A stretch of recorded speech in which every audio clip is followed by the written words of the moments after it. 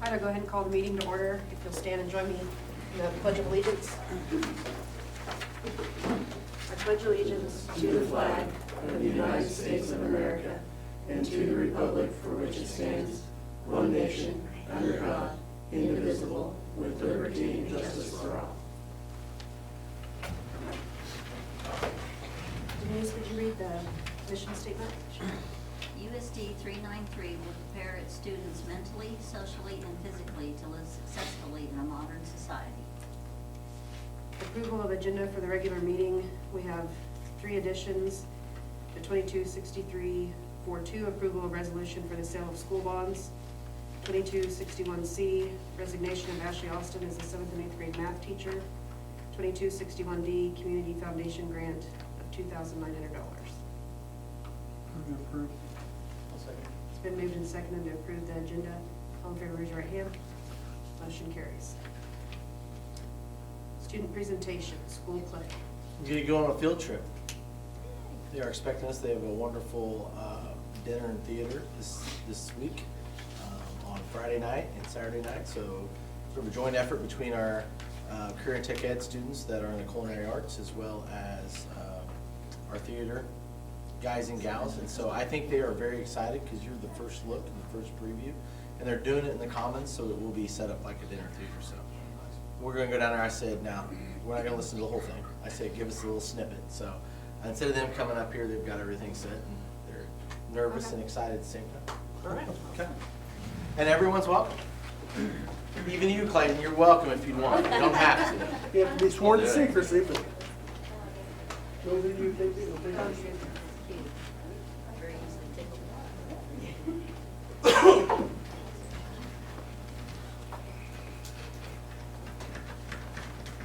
They did a great job. Yeah.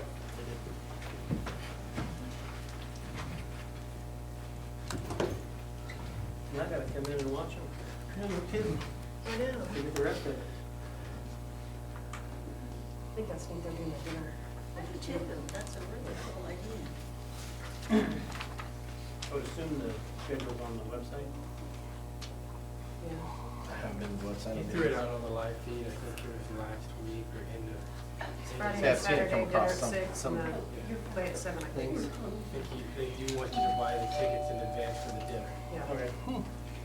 just that way they know how much food. Makes sense. You can buy those in the office. Yeah. Yep. Okay, approval of payment of claims and bills. Just a couple things to note this month. You can see that, in one of the bills, you saw CF repair, which is kind of a common theme, but you can see it's $6,332. That would be your varsity bus with a brand new radiator, not under warranty. So a little bit of pain. Positive, always want to know positive, $5,135. Just Line Area Technical College is the scholarships for our kids. Everybody who took a college class and applied for the scholarship received their college classes for free. Wow.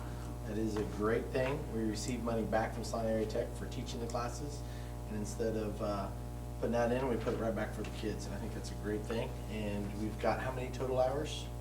That you would ask. I know, I thought it was, I was trying to think, I'm gonna say there's around 80 hours that are completely paid for, or something. 89. 89 hours paid for. So, that's awesome. Good deal. What was that, 2 years? Yep. You know how many miles the varsity bus is going right now? I can look that up. I don't. I'm just curious.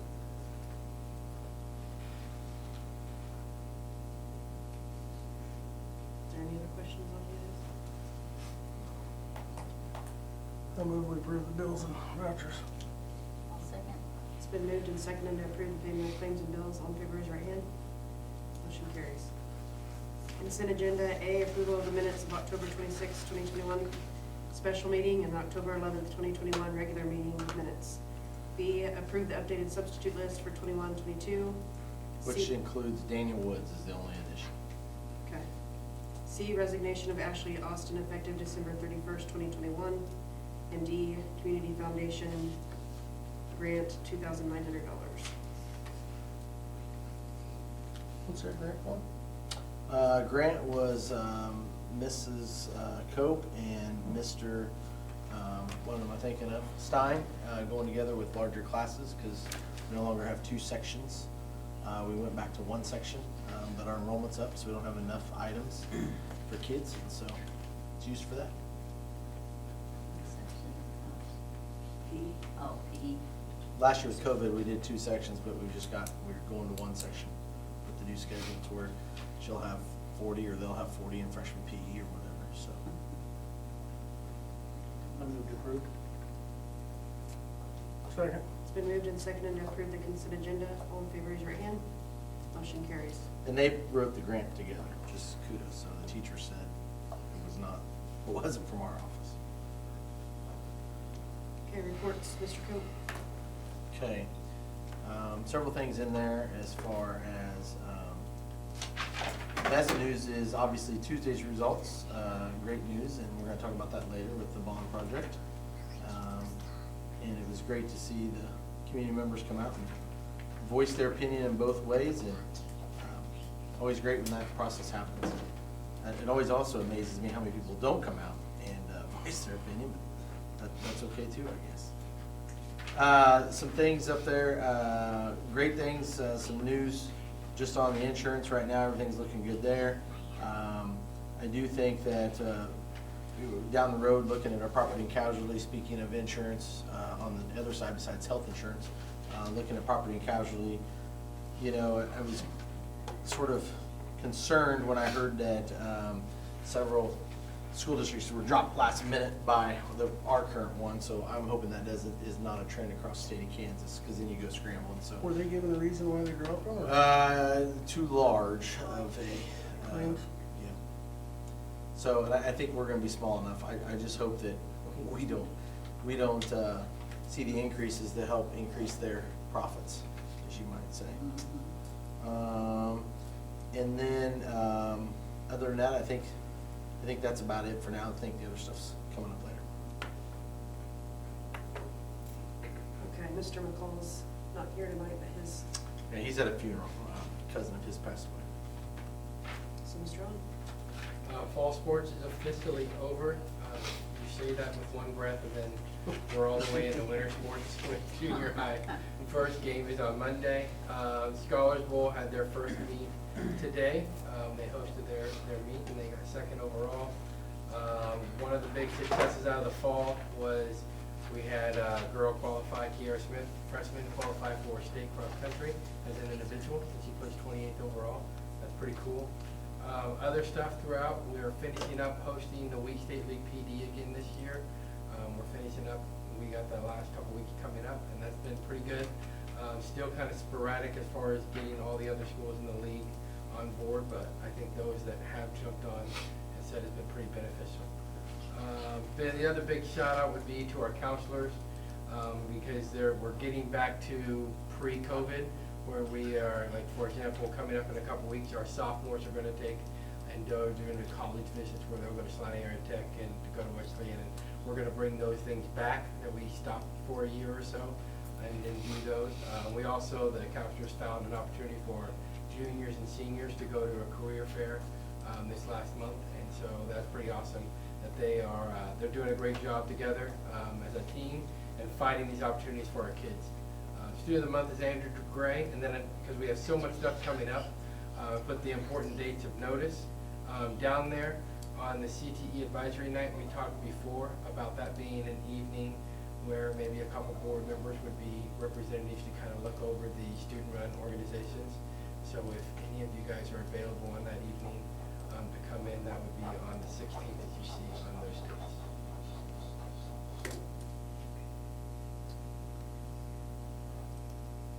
Okay. Recreation Commission report. Anything exciting, Liz?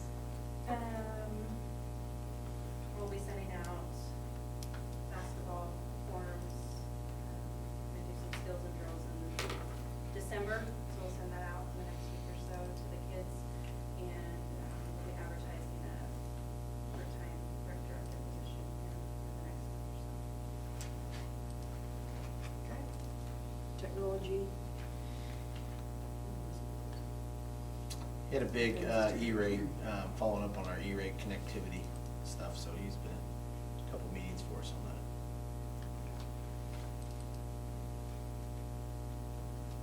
Any questions on any of those?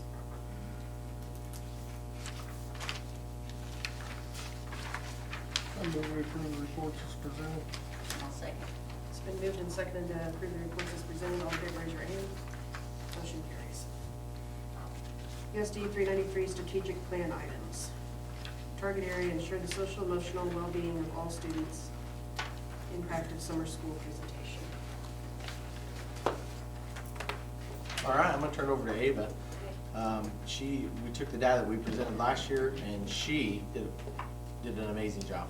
Presented it to me and asked her to come share it with you guys. I think you'll be amazed.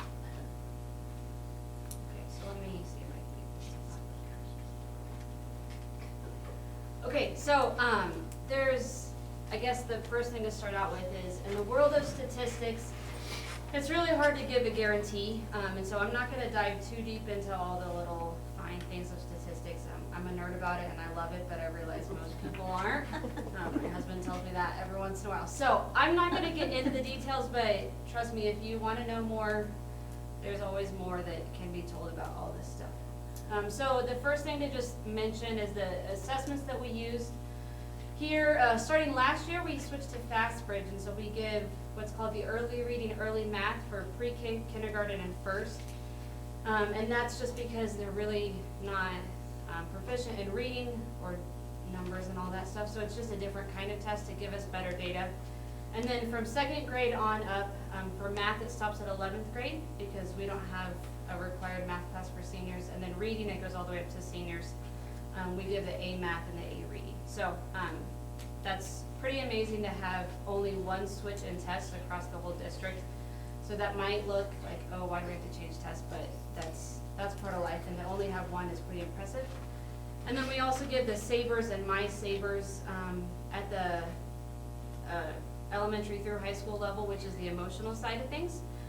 So those are the kind of different tests that we specifically give.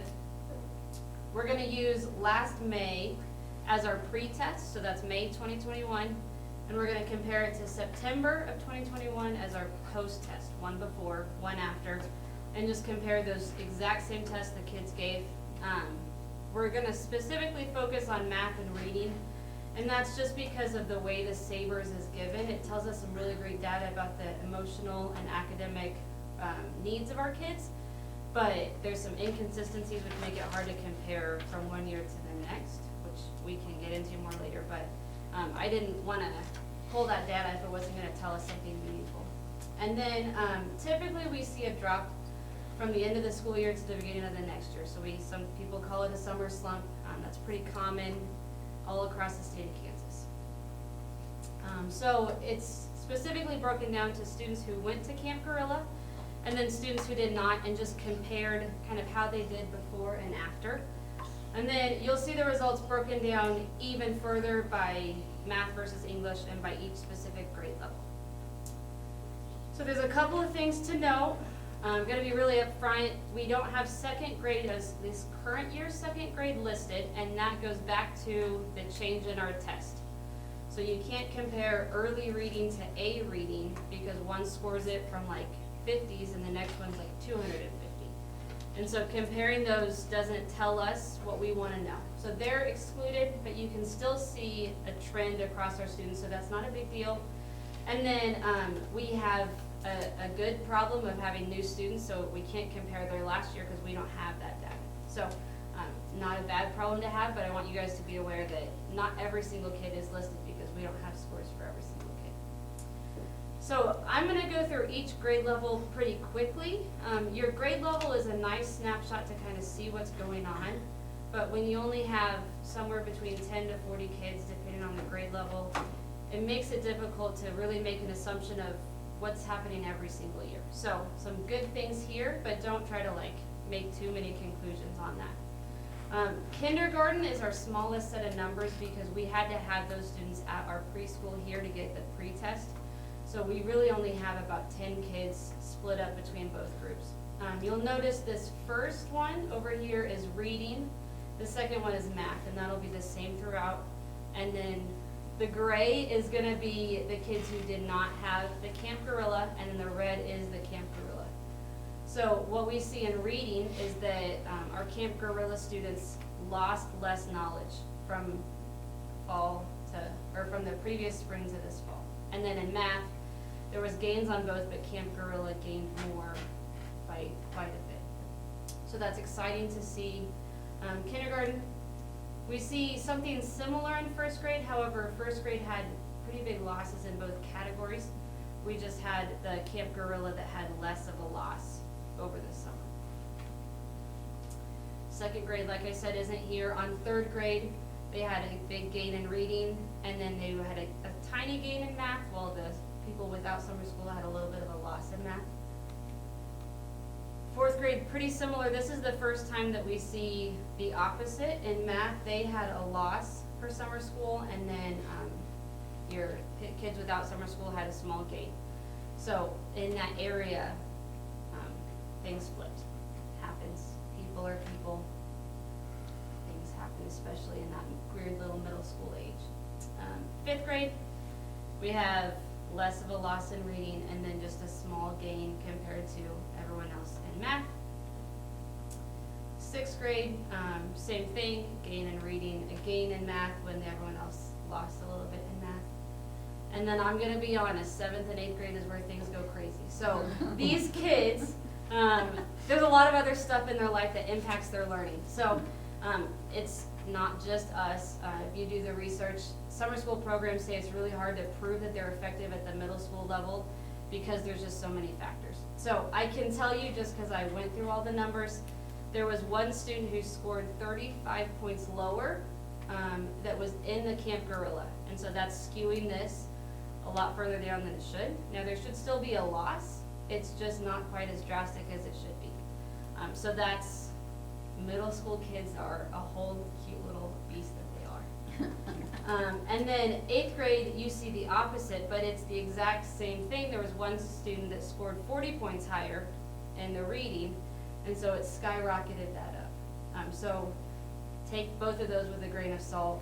There's some good data there, but neither one should be quite as extreme as they are.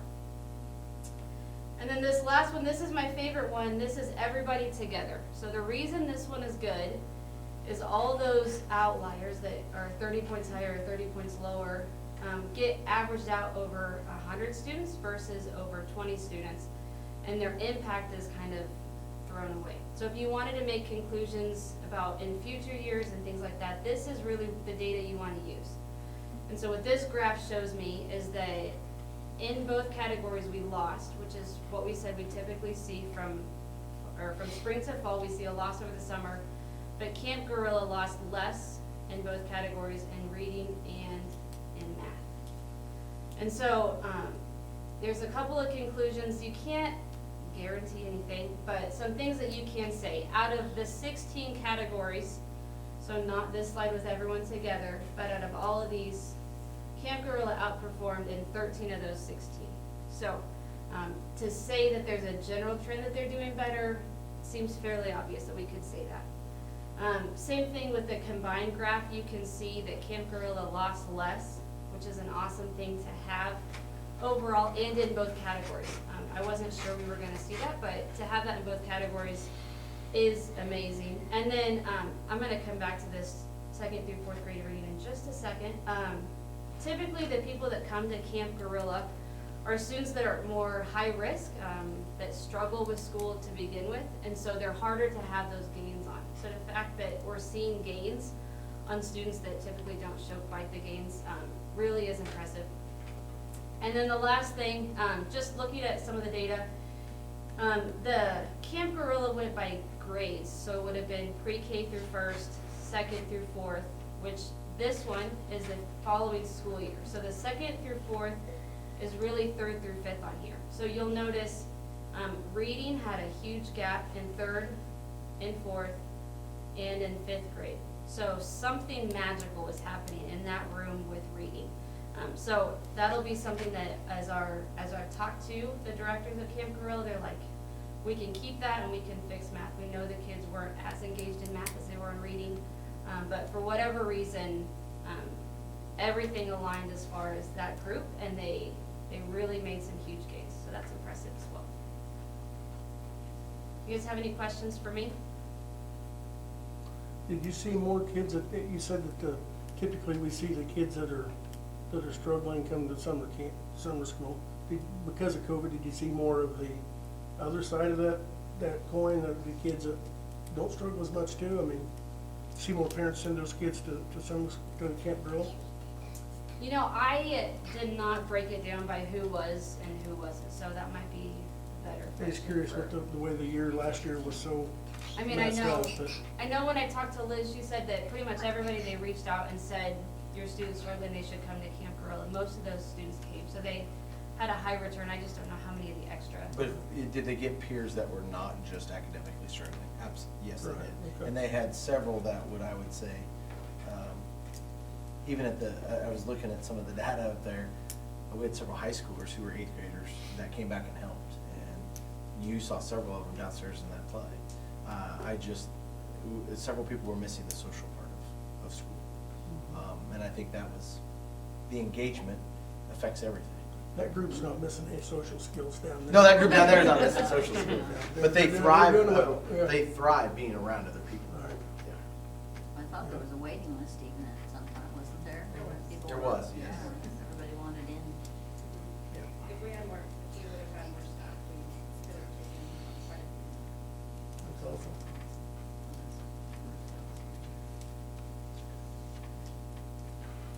Thank you, Ava.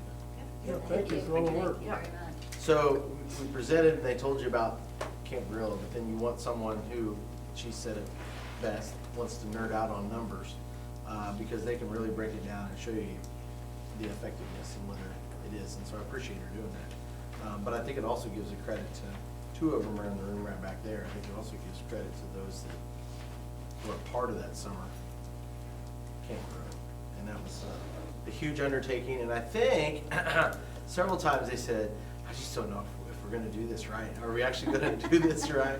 And I hope that they sort of pat themselves on the back now and understand that, wow, it was very impressive. Yeah. And the results speak for themselves. Yeah. So thank you, Ms. Zillin. Thank you. Thank you. Thank you all, thanks to all of you. So Yeah. Yes. I think it's neat that we can have that camp and kind of trick the kids that it's fun. Yet That's what I was gonna they're say. learning and we're evaluating them at the same time. I think it's very smart called Camp Gorilla. Yeah. Any need is a success. Exactly. Especially on the heels of COVID, so. Yeah. I like calling it Camp Gorilla. Good. Okay, enhanced learning opportunities for all students. Discussion and presentation on increasing the rigor of GPA for college credit classes. Okay, so it's first read. Mr. Owen came to me a few months ago and tossing it around whether or not to look at a weighted GPA. And so he's gonna jump in as well if I leave something out. But you've heard of AP classes, advanced placement classes, and so those classes typically have a greater GPA. So you'll see some people graduate with a 4.2. We just emphasized on the bills, 80 plus hours that are being paid for, right? However many hours those were. And so those kids are taking a step, and they're taking a leap of faith and saying, hey, let's try something harder.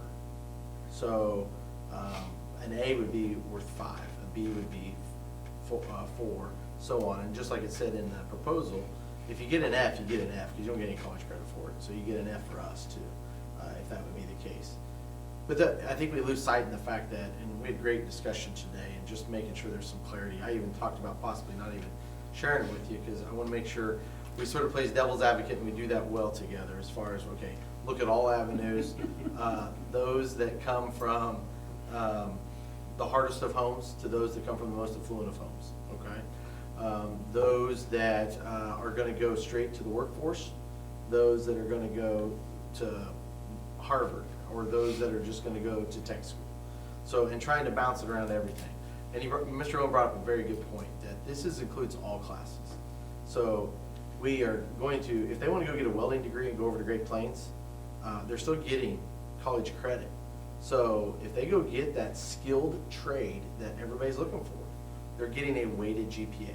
So instead of looking down at the trade schools. It's saying, hey, we want to encourage all students, regardless of whether you're going to the Harvard, the K-State, the KU's, whatever, or those that are going to go get a skilled and come out making very good money, and to be able to provide and be good community members.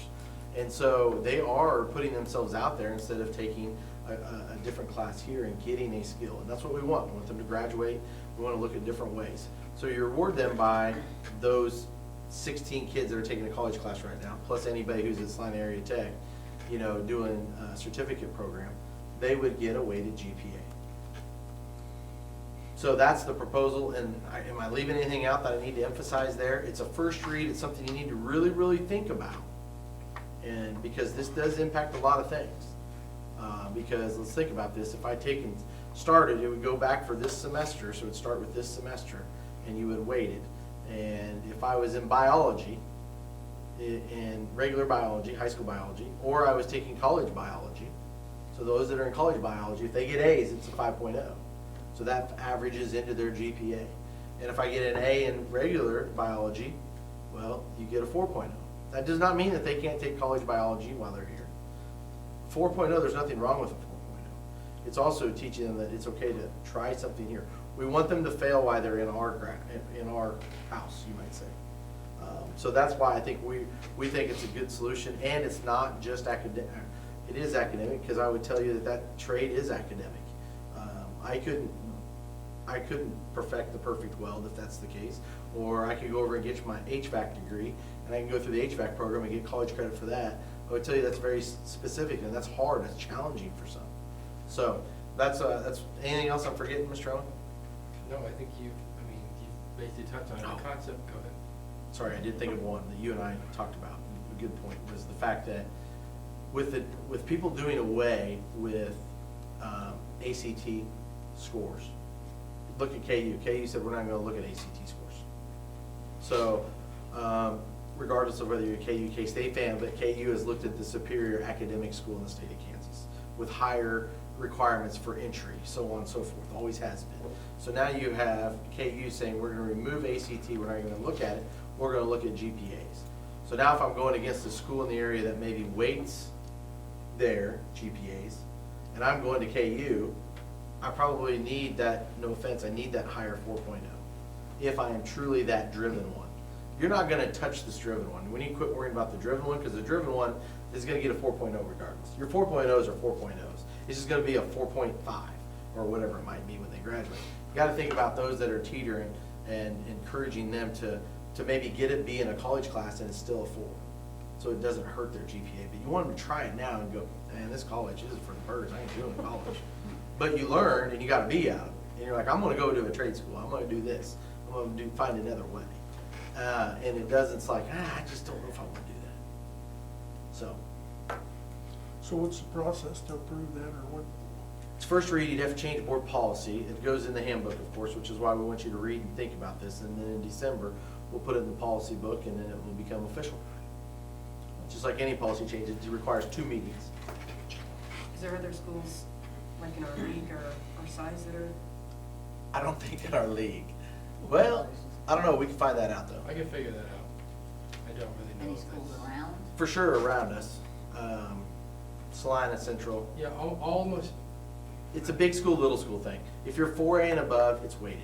pretty much any school that offers an AP course Yeah. has a weighted GPA. That's a standard thing. Yep.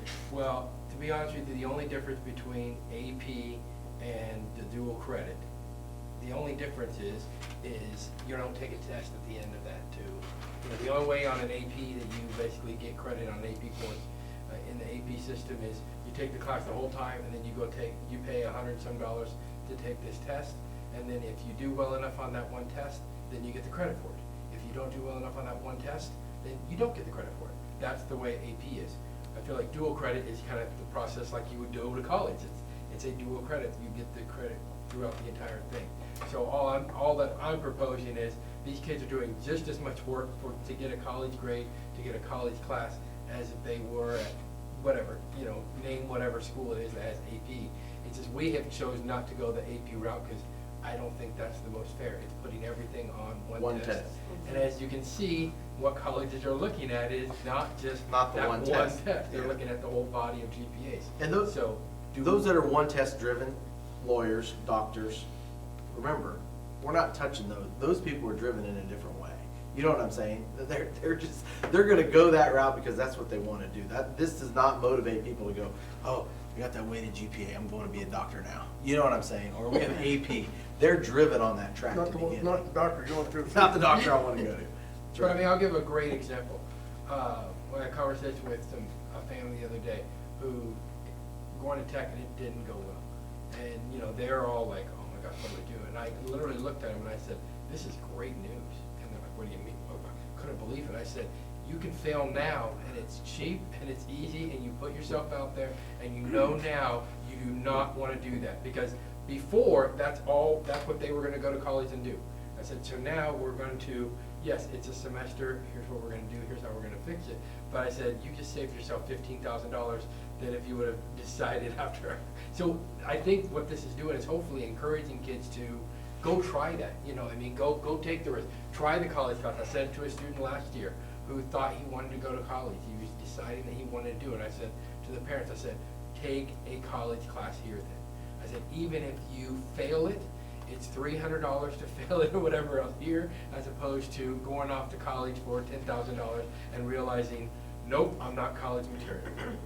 And that's what hopefully this is encouraging kids to take that chance, take those risks, without feeling that some kids who unfortunately are driven by the grade won't take that chance to take college biology because bio is easier and I know I can get an A in bio. Well, now, getting a B is probably about the same work as getting an A in regular biology. Go challenge yourself. So, not to think that we were sitting in a room. Is it projected, by the way? Is it up there? As far as our strategic plan, sorry, I need to sit somewhere else. But you can see right here where it says investigate and prepare a proposal for board for alternative methods for achieving graduation credits. Well, that's part of it, but it also says that you're trying to get them to develop more college areas, college partnerships, so you're trying to get them encouraged to actually look at it. And it doesn't necessarily mean that it's going to be college as much as we just talked about tech. So it definitely goes into that area. It would also fall into this ways that you can see here is the step number 3 down there on the left for your career tech ed. So basically, it's encouraging them to take a risk, but with less risk. Less expense, for sure. Right. Well, but let's just say I do step out there and I don't have success. But I would argue that by doing that and getting a B is just as valuable as getting an A in another class in our school because it is probably more rigorous. Now, there are certain classes that are definitely more rigorous, but I'd rather have them do that and try something than become a student aide or try to do something in that regard, you know? And that's the reason why we've tried to prohibit as many student aides as possible, because is that really preparing them? Is it helpful and useful for our teachers? Absolutely. But is it something that really is going to increase the rigor and have them fail on our watch and actually try to get them prepared when they leave here? I would say no, student aides, it doesn't accomplish that, which is why we're trying to provide them with more opportunities to explore. Well, Nick described it, you know, failing here is much cheaper than failing at college. But let me tell you, those college credits save you a ton of money, right, Liz?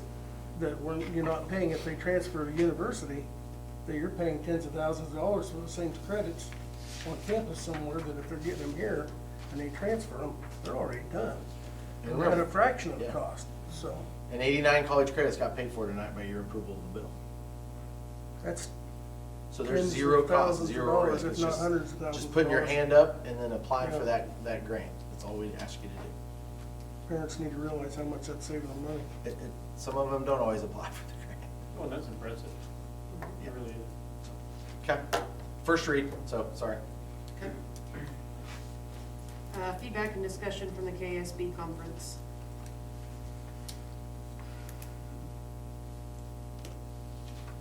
You go first. I guess that's Okay. since we're going on to First, that. that does belong to me. I guess Thursday I went to Meeting All Kids' Needs, went on a field trip to DeSoto, Kansas. Went and looked at their extended learning and early learning program, which they have a whole separate complex for those two entities. And let me tell you what, when you can have $85 million on a bond and not touch your mill levy at all, that's impressive. So I was warned not to go expecting any ideas when I came out of that tour. But, very impressive.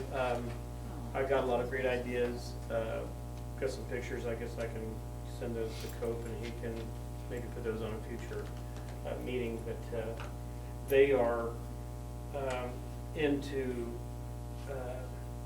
CNC machines, woodworking machines, all the way up to biochemistry, bioscience, and everything in between. I mean, it's an impressive program.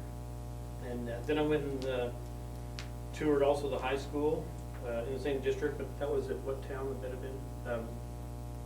For DeSoto, their high school? There's two of them, depends, Mill Valley. Mill Valley. Mill Valley is where we went. And then they were in that same bond process and just phenomenal. Just a great school, super great people. The whole district that I dealt with were just awesome people to deal with, very open. I think they liked the more questions you asked them, the happier they got. But they have a brand new field house, which the coach's suite is bigger than our locker room. Their varsity locker room was unreal. I got pictures of that. I'll share that at another time. But that was really impressive. But I should probably leave a little bit more for everybody else. But I did do. We did the strategic plan presentation.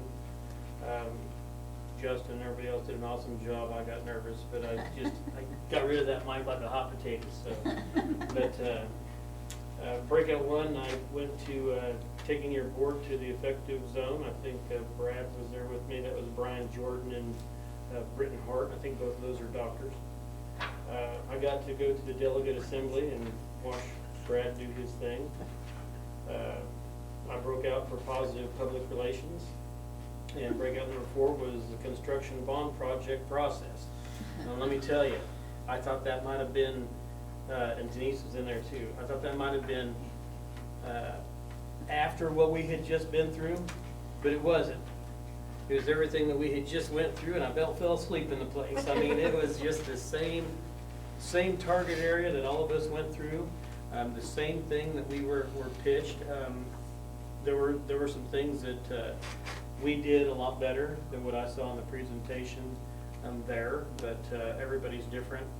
But meeting everybody there and getting to network out and talk to other superintendents and board members and faculty from the state is a huge plus, and making new connections to people that you can ask questions was something I would suggest to everybody that's on the board or part of the school that gets that chance to go do it, to do it.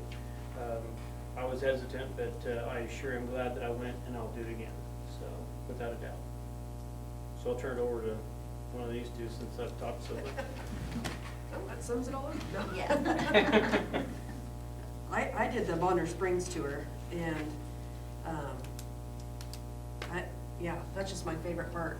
I think now every year, because it's just nice to see how different schools do things, and you know, have some of the same issues and things that we're doing better and things that I'd like to try. And yeah, I enjoyed that part. The rest was discussions like you. Yeah, I went there Friday for those dream trips, but the breakout sessions, like Wade said, there were a couple of them that were dry as I won't say, and then some of them were really good. Dr. Hart and Dr. Jordan were very good. They always are.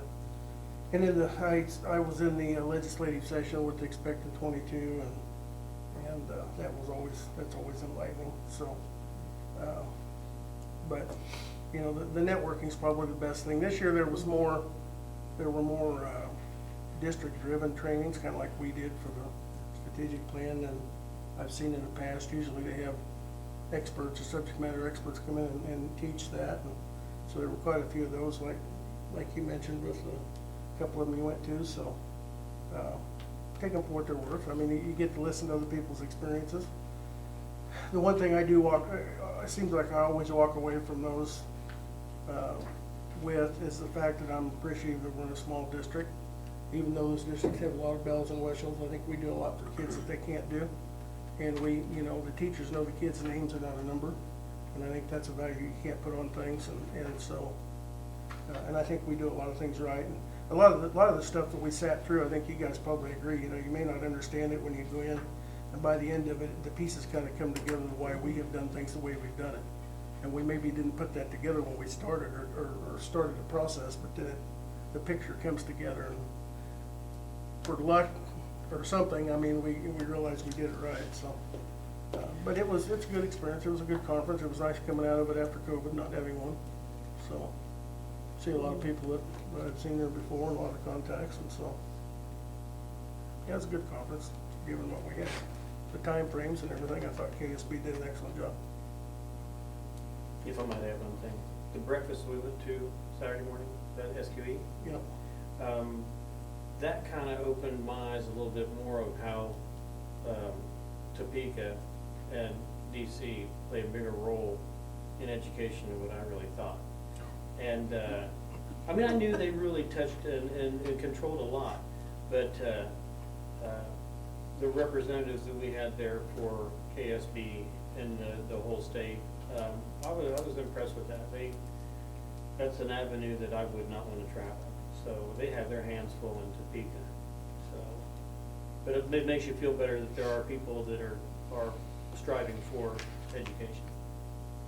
And he's referring to our lobbyist that works for the Schools for Quality Education, which we're members of, so. And the first guy that talked is our past lobbyist who's retiring and stepping down, and the second one is the current one we just hired, so. I think he'll do an excellent job.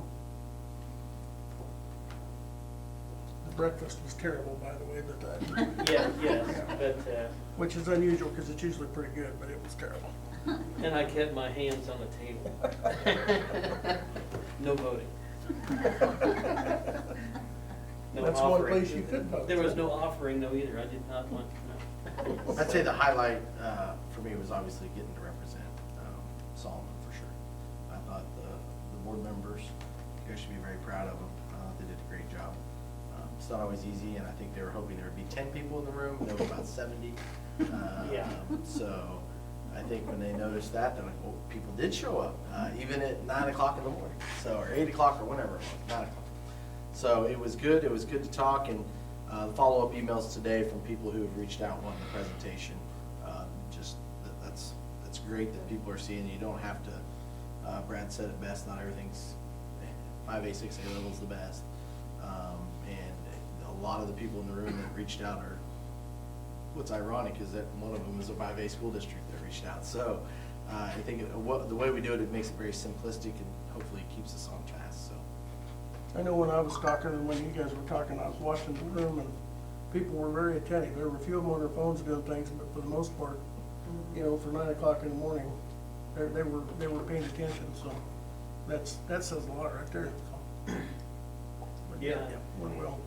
Yeah, and on my tour, don't get me wrong, 85,000 or 85 million is huge, but I am still very proud Yeah. and very honored to be where I'm at here in Solomon, Kansas, and we're still moving forward. So I mean, the numbers are great, but you look at where they're at, they still have their problems. Well, probably the best thing that you said in all that was it was a 0 mil increase, Right. which shows you how fast they're growing. So Yeah. they'll always be doing something like that. So, yep, it was Of good. course, then Wade and Andrew sat in on another class with a superintendent from Burlington who has 1 mil equals 200,000. 500,000, yeah. 500 million assessed valuation. Yeah. $500 million assessed A valuation. mill's 500,000, or, $500,000. And that is because Burlington has a great big power plant, which is Wolf Creek Nuclear Power Plant. So we need one of them. you may have some people that may not agree with that. I know, but I mean, wow. We don't have the grid infrastructure. let's build one. I need to be big when they started. Yeah, that was crazy. He got a bunch of looks when he said that too in that breakout. That was awesome. The other thing that's on there is Boardsmanship 101, led by Dr. Michael. It's coming up. So, from KSB, with our newest board members in January. So they get 2 meetings in the very first week if they're board members. Okay, target area, increase parent and community involvement in schools, survey parents and community and results of that. Yeah, so every 2 years, and this is golly, we have 3 survey results, so that means we've done it for 6 years. That's how long we've done this, from the very first strategic plan. Is it up there? I hope you had a chance to look at it. I'm not gonna go in detail. If there are questions you had, probably some things, and some of my notes might be in here, so, 'cause I think I put it in note view for you guys. Really, you can tell, here it is. As we go down there, you can see that number 3 question, get it off there. Schools, policies, and programs reflect, respect, and value the diversity of the families in the community. No strongly disagree, whereas back in 17 and 19, we had people that felt like you weren't. We always talk about that piece of the pie where everybody thinks everything's the greatest and everybody thinks everything's the worst. And there's all those people in between, and where do they lie? And they agree or disagree area. So that hasn't changed a whole lot. As we went through there, there's probably a few things that might have stuck out. Understand only 76 people,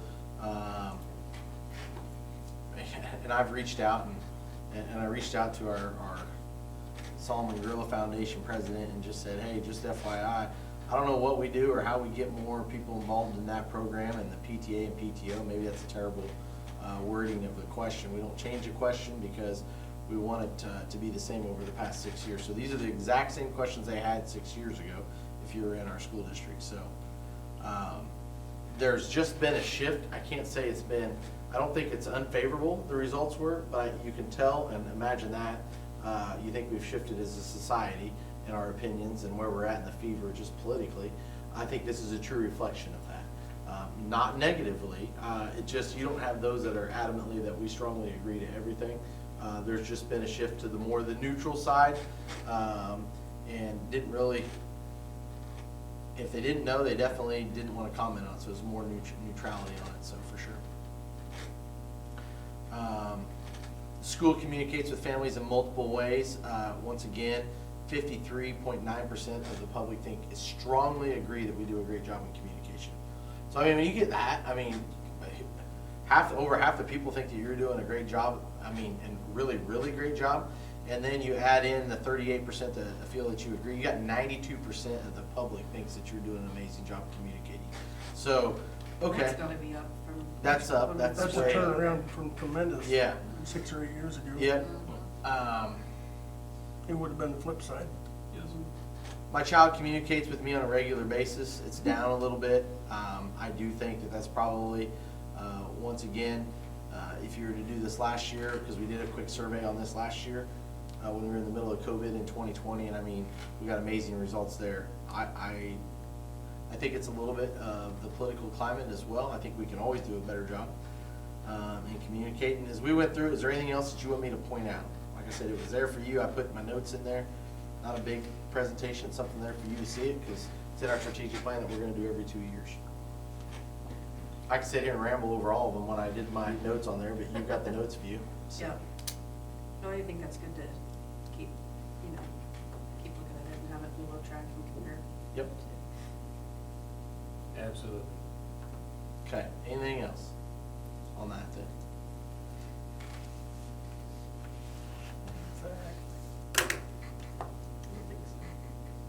And SR2 and SR3, is that right on the side? Yep. Okay, so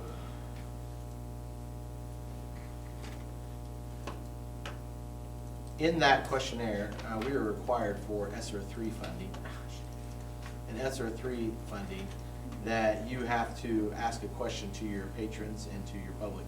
How would you like us to use the SR money? Side conversation before the meeting started with Denise and I was talking about after-school program. not knowing what we were gonna do, we went ahead and put money in there in the budget, just in case we did it, because like we were talking about budget authority, we can't spend it.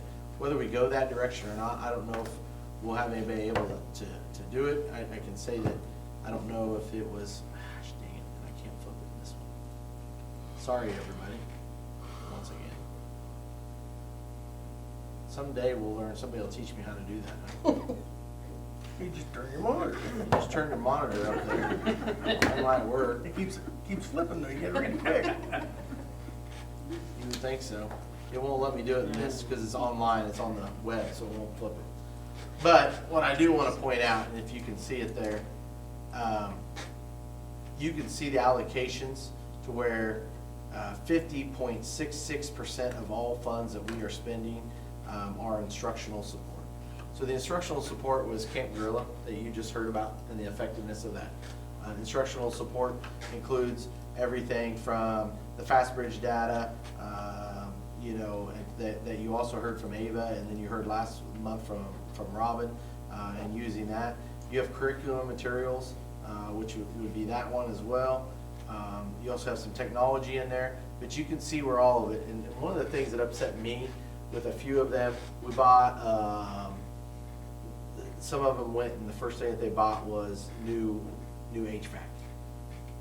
And I really felt like coming out of COVID, one of the things that we all talked about was how do we help it use the money wisely to impact kids. And I think tonight, you should be very proud, and I get goosebumps with this because my colleagues across the state, not all of them did that. I'm going to say that repeatedly. They didn't. So when you were to take their little spreadsheet, their spreadsheet was to do upgrades to this or upgrades to that facility-wise. Now, I understand we had a bond issue that we were going to go after anyways, but we also did things another way where you could do lease purchase if we had to do it. But for us, it was like, how do we give the money back to the kids and to our teachers to where we can truly impact learning in a positive way and trying to reduce that gap. And so that money is spent. When we get to ESSER 3, we're fully paid up from last year and next year. Next summer it's paid for with these funds. And so that'll take care of the 2 years. ESSER 3, as we start to transition here before the first of the year, December we'll have our first draft out, and then we'll have to start applying and rolling those things out. Doing it for at least 3 years. As I said, the best and worst case is Liz is sitting there probably thinking, great. So I did sign up for a 12-year commitment to Camp Gorilla because you can never take it away. It's one of those things, once you start, it's going to be hard to take away because of the impact, the positive impact it has. So it might have to be something that when ESSER money's done, because that cliff is coming, it might be something we just have to put in our general budget. So that, because we can see the impact it's having on kids that are the most at risk. What we're going to get is that hopefully we get different teachers rotate through there, so that way we don't burn out all of our good teachers. We definitely don't want to do that either. Questions on ESSER? It was just an update because we have submitted the final application and we are done with ESSER 2. In fact, when I was in a meeting, there was a guy actually approving them, sitting right beside me, and he's on the committee. I'm like, what are you doing? He goes, I'm actually looking at your app right now. And he was actually approving our ESSER funds instead of listening to the speaker. So sweet. All righty then. As long as you're approving our funds, he's like, look at that. He goes, look at you doing summer school. I'm like, all right, whatever. So approve it. So we got it approved. It'll be approved next state board meeting. That's all I had on that, just so that way you're aware of where we're going. Okay, the next target area is develop a plan for long-term facility improvements. Facility project update from the bond election. It's what we've all been waiting for. I'm sorry we kept you waiting. No, I'm just glad I didn't have to do an appearance after that play. I mean, that was really good. I don't want to remember that. It's only after me, I was so like, the asleep. bar's really low after me. Yeah. So will you be the teacher or the doctor? First off, I just wanted to say congratulations.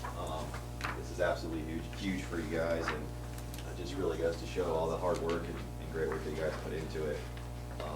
You're gonna absolutely love the results. Really, here a lot of this information you've already seen. Really, I think I just wanted to give a brief update on. There is an action item tonight, just in regards to moving the process forward, and just really a timeline. When you expect the money, when you can be locking that interest rate, those types of things. So.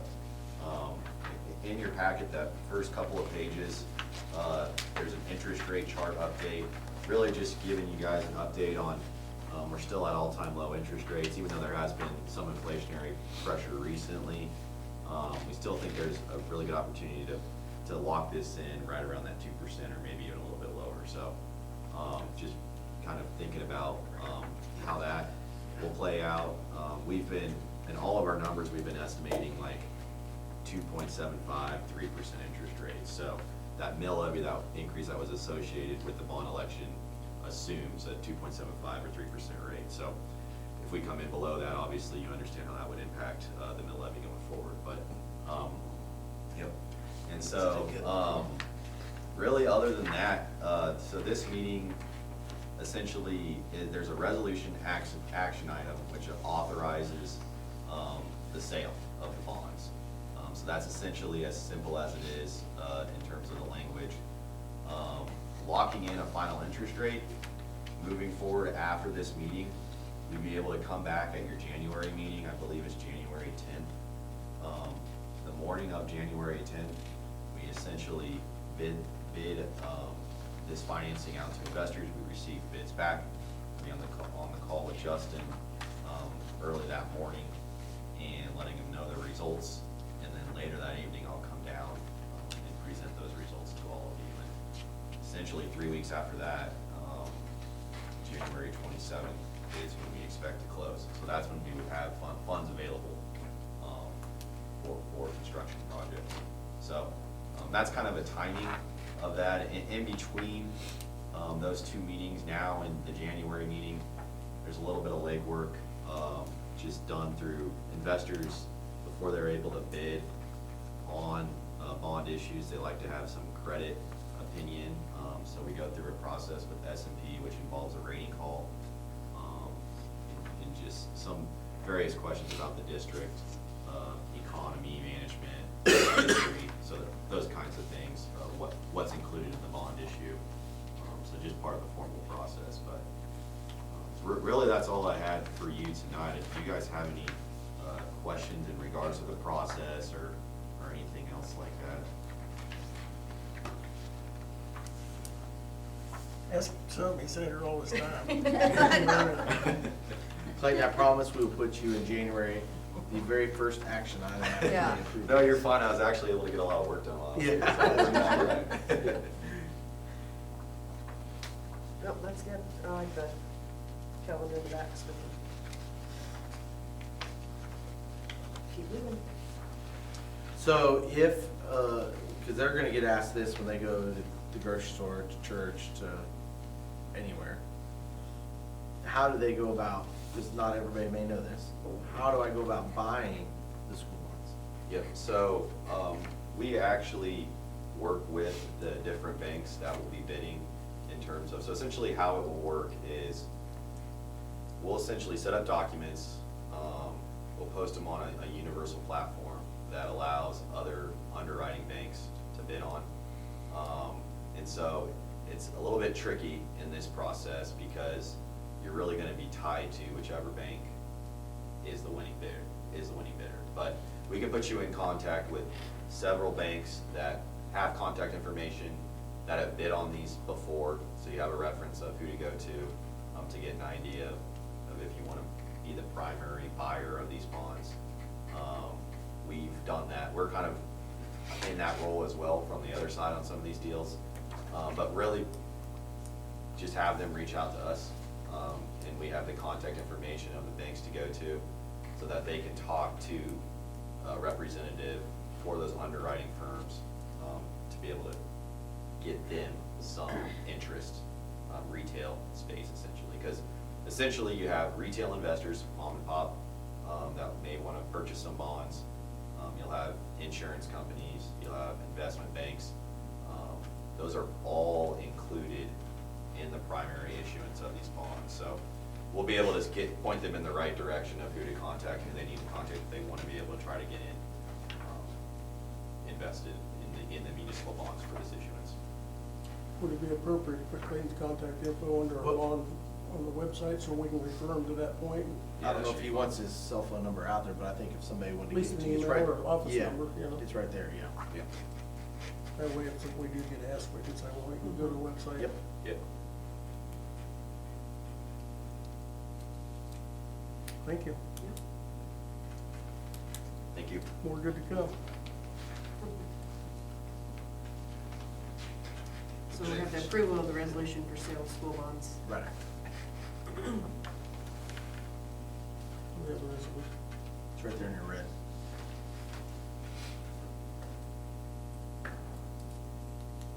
We don't have a printed one. Yes, there's a printed one. I assume we got something to sign, don't we? Yeah, yeah. I would move that we approve resolution number whatever it is, authorizing the offering of sale of GO bonds, Series 2022, for the Unified School District 393. I'll second. It's been moved and seconded to approve the resolution authorizing an offering for sale of general obligation bonds for USD 393. All in favor, raise your hand. Motion carries. Thank you. I'll see you guys in January. Thank you. Clayton, she has everything we need signed, good to go? Yeah, Yeah, we're I gonna think send so. it tomorrow. Yeah. Send it tomorrow. Okay. Yeah, just call me if you have any questions. Thank you. Okay, recognize and recruit staff. Staff Christmas party. We've done that in the past. If we'd like to do it, we need to set a date, and and I know that the Mrs. Vincent's class is willing to do it. But we gotta get her a date. Do you have, I saw somewhere where you put dates, but I don't. Location. Well, here, or if you'd like, I think they would like to do it here if they're gonna cook, of course, it makes it easier for them. And then as well, looking at like December 4th, first weekend. So Saturday. you start going later and later, it gets harder and harder. I think it's the 4th, isn't it? December 4th? Yep. 4th or 11th. Yeah, 4th. There's one on my Friday notes to look at Who's the gonna 4th sign of the the results? Does anyone have a preference on either of those? I'm with Justin, sooner the better. Month fills up pretty fast. There you go. Okay. You get a chance to do it with COVID, so. And then the, And there's gonna be some that won't be able to come just because it's life, yeah. and that's okay. Yep. Okay, and then also the early notification stipend that we've done the past few years. We've done that in the past, just FYI, if you do that, it's contract completed, so you had a resignation this evening, you have to complete the contract in order to receive the stipend, just to clarify. It's worked well in the past. Yeah. I saw some eyebrows go up when you mentioned that Saturday morning in the audience. Yeah, well, that's right, yeah, they did, when we mentioned it. Yeah. But, gotta do something. Yeah. Gotta do something to It's get out almost there. like letting the cat out of the bag. I know some of them moved it Because up. we're competing against everybody in the Yeah. room for staff, so. Some have moved it up to October, and I know they had 3 retirements in October. They offered $2,000 if you let them know by October 1st. So do you think that gave people ideas in that? Oh, If absolutely. you're thinking about retiring, you're now gonna tell them in October, I'm retiring. Right, right. Because then you're gonna get $2,000 on top of it. And so then that way, you're out there interviewing. In fact, I know some of our neighbors already have some offers on the table for next year, because they interviewed last week. Make sense? But this one's January, by the way. was gonna We've say, done in the okay, past was it 1,000. January? Yeah. Okay. In the past, that's what we've done. You can do whatever you want to do. I would move that we do the same as we've done in the past with the 1,000 and 500. I just would move from that, yeah. Second. Been moved and seconded, 1,000 by January 1st and 500 by February 1st, and contract completed. All in favor, raise your right hand. Motion carries. Wheat State League expansion. This is gonna be less than 10 minutes because they've already voted, which, don't get me started on that. That's another thing Mr. Owen and I get fired up about. Because you're supposed to be the ones that admit So people who to. voted, the ADs? Not ours, because he was bringing it to the board. He's like, we gotta bring it to the board. And then it was like, no. So anyways, all good. But just so you know that Wichita, Central Christian Academy and Wichita Classical School requested that they come into our league. We already play Wichita Classical, but we don't play them in junior high. We don't go down there on Thursdays. We just thought it was a lot of That's pretty travel. far. You know, dividing up the league might give us some options. What's that? Hour and 37 minutes from here. Yeah, on a bus, it might be an hour and 45. Yeah. Oh, absolutely. On a Monday night for a junior high game, you know, So you're saying they approved it? no. Oh. It failed. I only bring this up because it may be out of our hands, because they can petition Keisha. And then if Keisha may ask for us to go to Topeka, and then they would also ask probably three other leagues to go, and then they would eventually hear it's just basically an argument about who doesn't want them and why. And then whatever the least of all evils is, that's where they go. Are there not schools more this size in that area, closer to them, that they could join, or? I think so. Wichita Classical at this point is gonna have probably one more option. They petitioned Heart of America, they were denied. They petitioned the Wee State League and were denied. Looks like they're gonna probably do like, I think it's the South Central Border League, I believe is what they're looking at. And they have Heart of the Plains yet. They have two options. So if they're gonna petition one of those two, and if they're denied, then they're gonna put it in Keisha's hands. And then that's when Keisha will come in and, you know, Force somebody to take it. that'll be what it'll be, you know what I mean? And we'll have that discussion then, but, we felt, Woodstock, Prince Christian Academy is probably a year or two away, because this was their first, attempt at a league, was the Wee State League. They've not done any others, so they're probably another year away from Keisha doing any action. But Classicals, they went through their steps, so that could happen if one of those other schools does. Wasn't it one of those schools we went 2 years ago on action issues, or not? Might have been before your time. If it was when I was at Gossel, it was Word Alive. It was what? Word Alive. That's the one, yeah.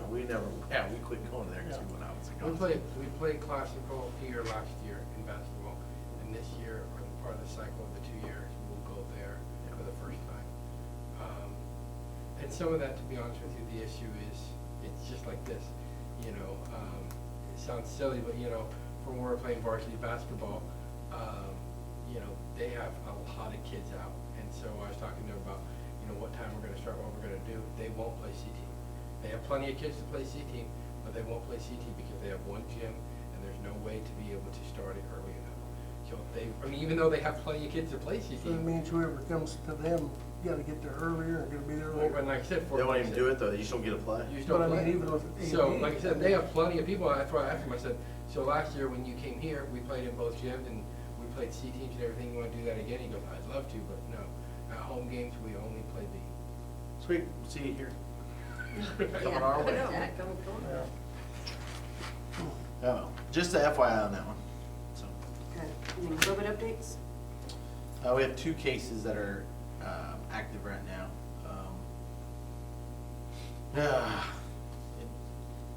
Just fighting right now. I don't agree right now with what's being done, so I'll leave it at that.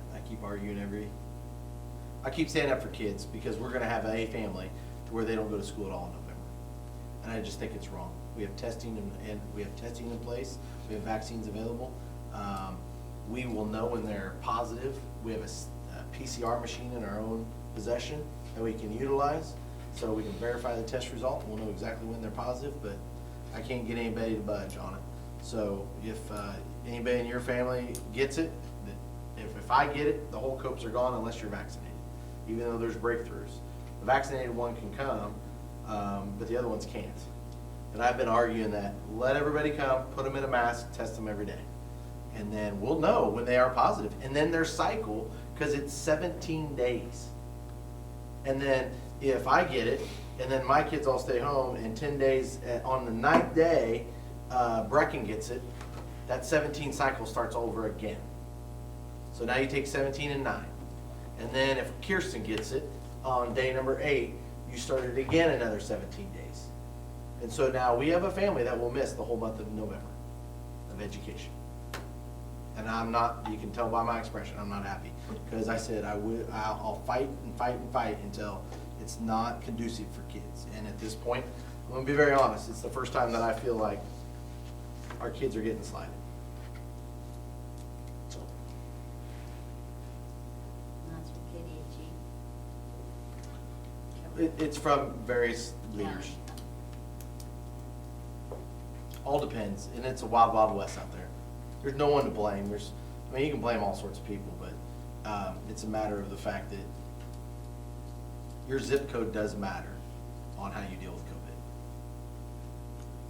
I mean, it does. And education is not supposed to be based upon where your zip code is at. And that's what's happening right now. So anyways. Okay, future dates and topics. November 24th and 28th is Thanksgiving break. December 4th will be the Christmas dinner. And December 13th is our next board meeting. An executive session for non-elected personnel. When we're going to executive session for non-elected personnel for a period of 15 minutes, starting at, how is it? 8:25. 8:30, 8:45. I'll second. It's been moved and seconded to go into executive session for 15 minutes. All in favor, raise your right hand. Motion carries. You have a congratulations cake. And I put it in the freezer. It came in Tuesday morning, I put it there. Or Wednesday morning. How much is missing? One little piece of cake. Well, everybody have a piece of cake. 'cause it's Everybody fun. have Definitely. Absolutely. Yep. Eat it, eat it.